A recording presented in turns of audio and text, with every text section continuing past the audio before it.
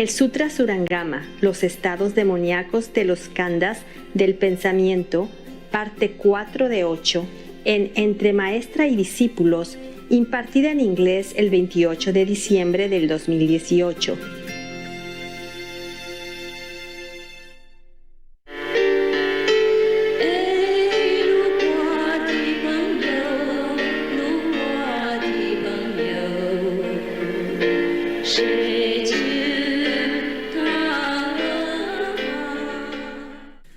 So he is fond of saying, same to other ghosts before him. The possessed person is fond of saying that there are greater Buddhas and lesser Buddhas, earlier Buddhas and later Buddhas, that among them are true Buddhas and false Buddhas, male Buddhas and female Buddhas, and no such thing as male and female Buddhas. Unless the Buddha descend into this physical world, there's nothing as female and male in the Buddha's realm. And that the same is true of bodhisattvas. When people witness this, their initial resolve is washed away and they easily get carried away with their wrong understanding. Meaning when people come to this ghost possessed person, they came with good intention, pure desire to know God, to know the Buddha, yeah. But then after they hear him talk, even though he talk about Buddhas and all that, but he diluted their resolve, their pure intention in the beginning. So instead of encourage them, the listeners, followers, to continue with their noble resolve when they start, their preaching, so-called preaching of the Buddhas and all that, have the opposite effect. This is a problem, you see? So at least you can know the wrong from the right, huh? If somebody preaches to you, and you certainly feel like, oh, I don't care about precept, or there are better Buddha somewhere, in heaven, I should seek for that instead of worrying about Shakyamuni Buddha or Guanyin Bodhisattva, etc., or God. So instead of making the people have more firm belief in their belief, like believe in God, believe in Jesus, believe in Buddha, they just dilute their belief and make them feel more confused, thinking the Buddha is not too good, Jesus is nothing, etc., etc., and they lost their faith, okay? So that means this is a fake master, in any case. If they make you doubt God or the past great masters, then no good, okay? No good. This is a male ghost that in its old age has become demon. It disturbs and confuses the good person, but when it tires of doing so, it will leave the other person's body, then both the disciples and teacher will get into trouble with the law. It's similar to the above cases. You should be aware of this, Ananda and other monks, should be aware of this in advance and not get caught up in the cycle of transmigration. If you are confused and do not understand, you will fall into the relentless hells. Oh, man, so many hells. Oh.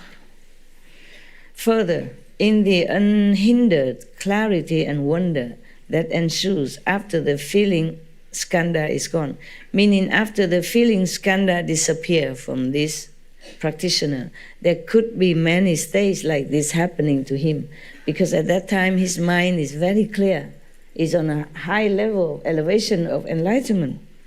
But this and that could happen to him due to his mind still not clean, still have ambition, still have desire. Yeah.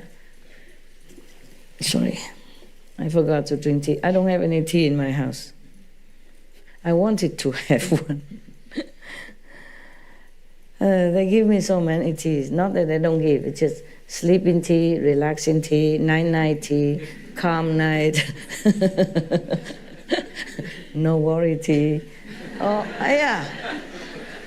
And then, of course, if I drink that, I say, okay, all of you, take care of yourself. You have no problem. Yeah. And the CP do what they want, okay too. Yeah. Be happy, no worry, go lucky, right? I want to find the tea that keeps me awake a little while. I normally don't drink tea or coffee, very rarely, yeah? Except when I was in India, I was constantly hungry. So mostly the tea is always available, you know? And then you can dip some, what is that then? Huh? Tea what? Tea biscuits. No, I don't even have biscuits. You're lucky. Yeah. I have some instant noodle. No, instant noodle. I soak in it. And then, you know, it calms the stomach. No need calm tea. The instant noodle in that tea, even black tea, calm my stomach right away. Oh, man. I'm coming here to work, and they give me only this calm tea, relaxing tea, good night tea, night tea, no worry tea. Oh man, you see my cupboard full of these kind of teas. I dig them all out. It's all the same. Upstairs same, downstairs same. They think I come here just to sleep, huh? My God, you guys. I mean, some of you, or I mean, whoever that was, truly are in a very big, dreamy state of samadhi. I think the master life is so smooth. All she does is just drinking tea and go sleep. Yeah. Therefore, there's so many of this kind of tea. It's a different names, but same effect, you know? Calming, sleeping, dreaming. Sweet dream tea, you know? You really had no idea how I have to work, do you? Wake up, please. I have the masala chai in my bag, Master. I have it, darling. I have, sweetheart. They also give me, Lovinghood masala chai and this ready-made instant coffee, yeah? With milk and all that. But it's too sweet. For me, I can't take it. Too much sweet, sometimes it give you heart acid, heartburn or something. I drink that, and if I eat something that is not compatible with it, I had not too many choices, they cook for me. Here, I have no choice. And then I might have heart problem. Normally, I don't like sweet too much, except when I was in India because I was so hungry. When I finished working, I come out, no food left, only a lot of dishes, and I start washing. That also calm your hunger. You forget, for a while. And then in India, I always crave for sweet. Oh, would be lovely to have some of these, sweeter than sweet, the Indian sweet. Because the weather is hot. Yeah, oh, so many. Indian sweet is sweetest in the whole world. Sweeter than sugar, sweeter than sweet, yeah. Very sweet. And normally I don't like it. In India, I long to have some. Don't have. If we order them, they'll ship it in 24 hours, Master. I know. Thank you, my love. You were not there. Yeah. I were nobody. Even you were there, you won't find me anywhere. I'm just one of the crowd. Yeah. Who works for the master of that ashram, but has no pay, no food. Even work for food is not the norm there. They forgot me. Yeah, they eat everything and they left all the dirty dishes. And one time, I went into the kitchen, because I saw the dishes from outside, from the door. I went in to try to wash the dishes, mountains. All the disciples ate and followed the master, the guru. And I am left alone, I just finished office work. I go out, see the dishes. I went in the kitchen to work. And then after some time, I saw the master coming. He probably saw me come in the kitchen. Why long time I did not come out? What am I doing in there? There's nothing in there to eat. Not even raw food, raw potato, raw flour, nothing. After they cooked, they moved it out. You understand? Or maybe they cook somewhere else. I don't know. Empty. And the masters just saw it and then passed by. Don't say nothing. I also don't say anything. I'm too busy washing up. Yeah, it's just karma, okay? It's not the Indian people. They're very hospitable. They Everywhere you go, they offer what they have. I experienced that when I walk around alone in the Indian country. They all greet me with, happiness and hospitality. And I wasn't wearing monk robe or anything, not all the time. Only when some Indian tried to flirt with me because I was alone, then I began to wear the monk robe to ward them off. Yeah. In Pune, we saw Master is wearing a sari. Yeah. I was invited there. I didn't know where Pune and what they're doing. I was invited. I thought came in there to talk. And then when I went there, just doing nothing much, just listen to their music. And then I had something I had to leave. Yeah. I wear sari, not just there, in America I also wear sometimes. Yeah. Why you tell me that? No, we saw the videos, Master. Okay. I wear all kind of things, don't you know? My wife is Indian and she saw Master wearing sari, she felt happy. Of course, yes. And that's why I wear it, to make your wife happy. And many other wives happy. What do you think why I wear it? And she put it as a picture on the laptop, desktop picture. My guru, Indian. Yeah, they like it, of course. Wearing sari is not all that easy. It's a long, long thing. You have to know how to wrap it, otherwise it keep falling. One layer after another keep falling, It's 5 meters. Yeah, you have to know how. Otherwise you must have a servant who help you. Otherwise every layer keep falling off. It's like a spiral, yeah. You must know how to tuck in where and what. Otherwise it keep falling, one layer after another. Yeah, it look beautiful though when the Indian wear it. Beautiful, yeah. All right, thank you.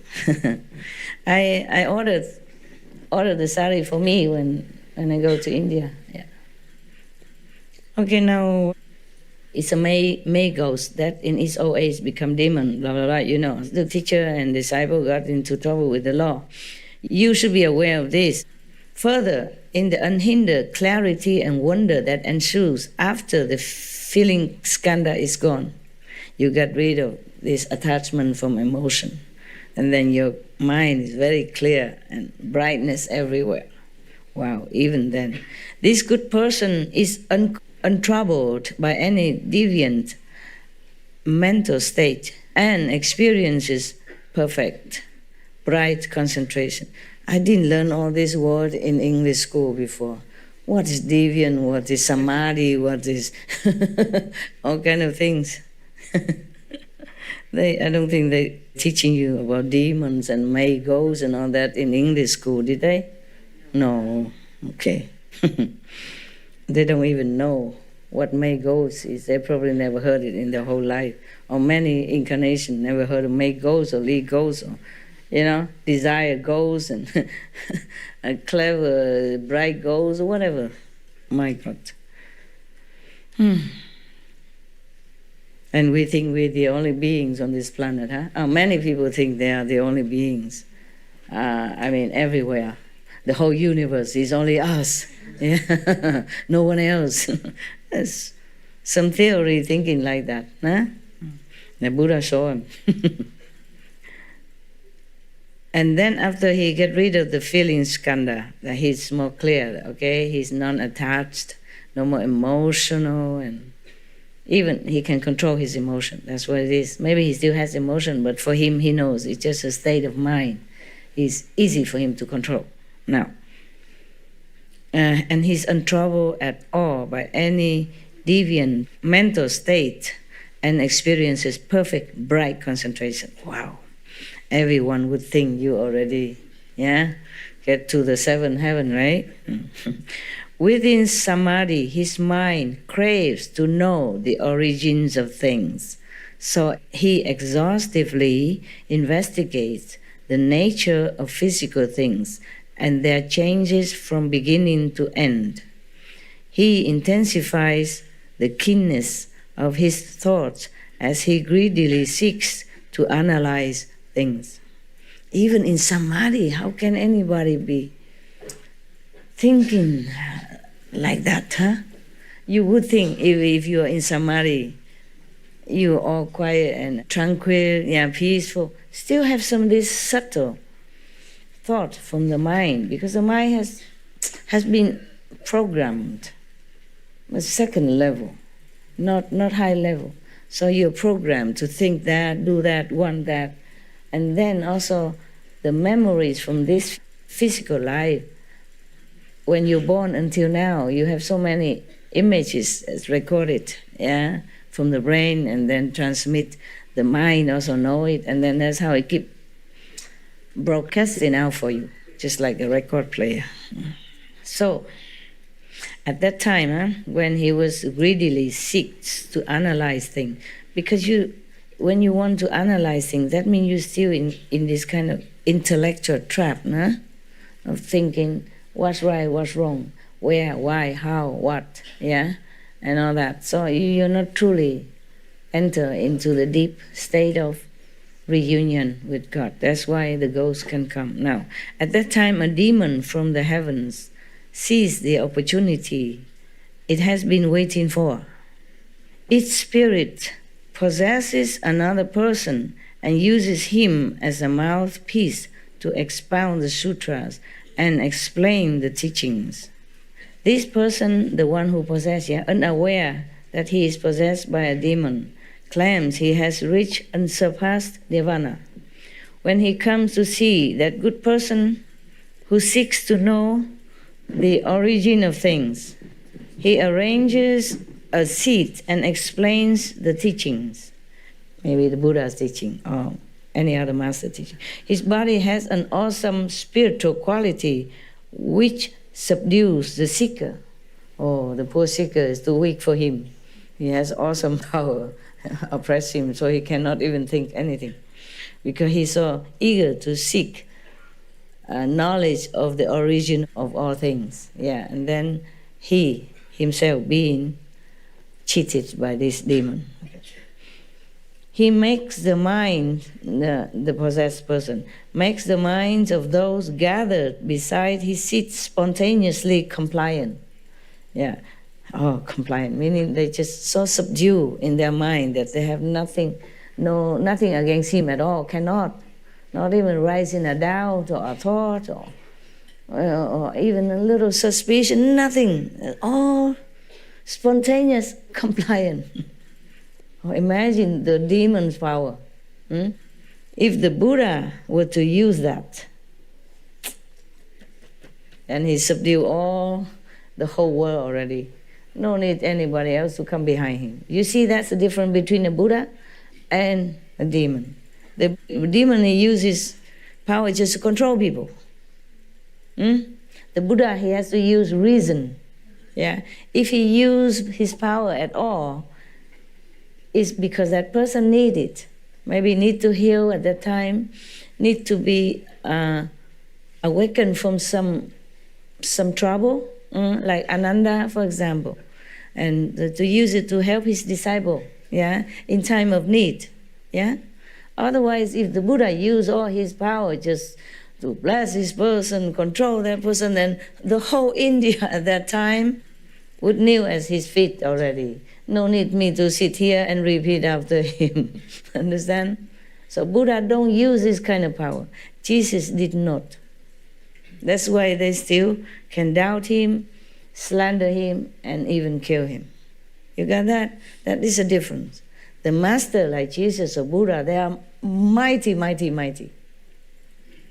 They have to be humble, to be born like a human beings, and just use reason. Use logic to tell people that this is logical, this is reasonable, you should listen. And then they listen, they believe. Then the Buddha transmit more insight power to them. Give them initiation, awaken their Buddha power, awaken their own ability and enlightenment inside. Imagine a Buddha who has been practicing eons like that, so much power, and still has to humbly be just like a normal person and let other people even doubt him, slander him, and want to assassinate him. Jesus is the same. That is the difference between black magic, demonic power, and the true power of love. People might feel love, so they're drawn to him, to the Buddha, to Jesus, or feel in his benevolence, or feel in his brilliant logic, reasoning talk, then they come. But not magic power, blinding people and controlling people's minds. They're completely just complying like that. Then you know, okay? You know, you can't resist and you feel like you're powerless. Even though maybe you think you should get out of there, or you think this master maybe not what you want, but you can't get out. Like you're bounded there. Then you should know it's no, no, no. Huh? No, no. Children